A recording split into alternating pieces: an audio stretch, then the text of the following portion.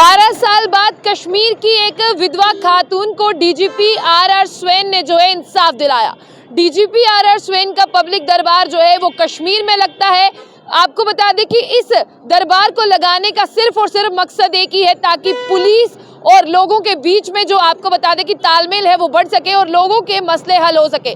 लेकिन 12 साल बाद कश्मीर की खातून को इंसाफ दिलवाने वाले का नाम है डीजीपी आर स्वैन, जो हाल ही में जम्मू कश्मीर के डीजीपी नियुक्त हुए हैं। और उन्होंने जो इनिशिएटिव लिया था कि लोगों तक पहुंचना है, लगता है कि लोगों तक पहुंचते पहुंचते वो लोगों के दिलों में पहुंच गए हैं, क्योंकि डीजीपी आर स्वैन का पब्लिक दरबार लगता है और लोग उस दरबार की तारीफ करते करते नहीं थक रहे। आपको बता दें कि एक ऐसा ही वाकया है कल का जो आपके दिल को पिघला देगा।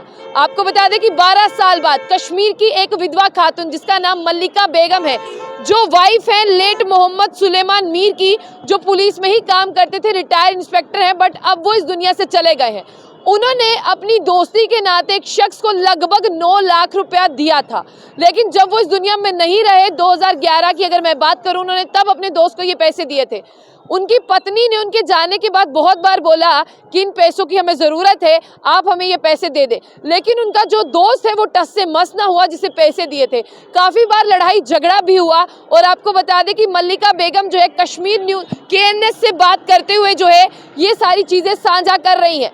आपको बता दें उन्होंने KNS को बताया कि डीजीपी आर स्वैन जो है वो सच में दुआओं के और करते हैं, क्योंकि महिला ने कहा कि 2011 से जो है मैं इस परेशानी से जूझ रही हूँ, हर दिन लड़ाई झगड़ा होता है, हमेशा मुझे कहते हैं पैसे वापस कर दो, वो हमारे पैसे जो है वो वापस नहीं करता। तो महिला जब डीजीपी आर स्वैन के पब्लिक दरबार में पहुंची, डीजीपी आर स्वैन ने यानी डायरेक्टर जनरल ऑफ पुलिस ने उनकी पूरी बात को सुना और सिर्फ सेकंड्स में जो है उसके मसले का हल कर दिया। और मल्लिका बेगम आज बहुत खुश हैं। उनका ये कहना है कि मेरे पति यानी उनके जो पति थे वो तो इस दुनिया से चले गए और वो पुलिस में ही काम करते थे और रिटायर्ड इंस्पेक्टर थे, उन्होंने कहा, लेकिन उनके जाने के बाद हमें कितनी सारी मुश्किलें सेव करनी पड़ रही हैं।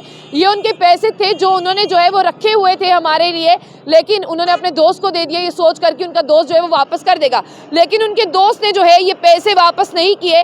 ये बात जो है KNS से की जा रही थी, आपको बता दें, और KNS से बात करते हुए उन्होंने ये सारी चीज़ें साझा की और उन्होंने कहा कि डीजीपी आर स्वैन ही एकमात्र ऐसा साधन है जिन्होंने पैसे दिलवाए हैं। अगर पैसे मिलने होते तो बहुत पहले मिल जाते, लेकिन डीजीपी आर स्वैन का ये जो पब्लिक दरबार है ना, आपको बता दें कि पब्लिक दरबार जो है बहुत कारगर साबित हो रहा है, क्योंकि लोग कह रहे हैं कि पुलिस के पास चक्कर लगा लगा के थक गए, पुलिस के पास जा जा के थक गए, लेकिन कभी कहीं किसी तरफ से कोई मदद नहीं मिली। डीजीपी आर स्वैन ने जैसे ही पब्लिक दरबार का आगाज़ किया, लोगों की मुश्किलें जो है वो हल होना शुरू हो गई। मल्लिका बेगम तो आज बहुत ज़्यादा तारीफ कर रही है डीजीपी आर स्वैन की। उनके अलावा और भी बहुत से लोग हैं जो सोशल मीडिया पर डीजीपी आर स्वैन की पब्लिक दरबार की तारीफ करते हैं, लेकिन डीजीपी आर स्वैन ने लोगों के दिलों में जगह बना ली और लोगों के कामकाज जो है आसानी से हो रहे हैं। उनकी भी यही अप्रोच थी कि सिटीजन सेंट्रिक अप्रोच और पब्लिक सेंट्रिक अप्रोच जो उन्होंने अपनाई थी और पुलिस वालों को एक रिस्पॉन्सिबल उन्होंने जो है अपनी ड्यूटी के लिए बनाना था। आप बताइए कि आपको इस अप्रोच का क्या लगा। और ये दरबार जो है वो श्रीनगर में लगाया जाता है और डीजीपी आर स्वैन ने ये पब्लिक दरबार पब्लिक के ग्रीवेंसेस सुनने के लिए लगाया है।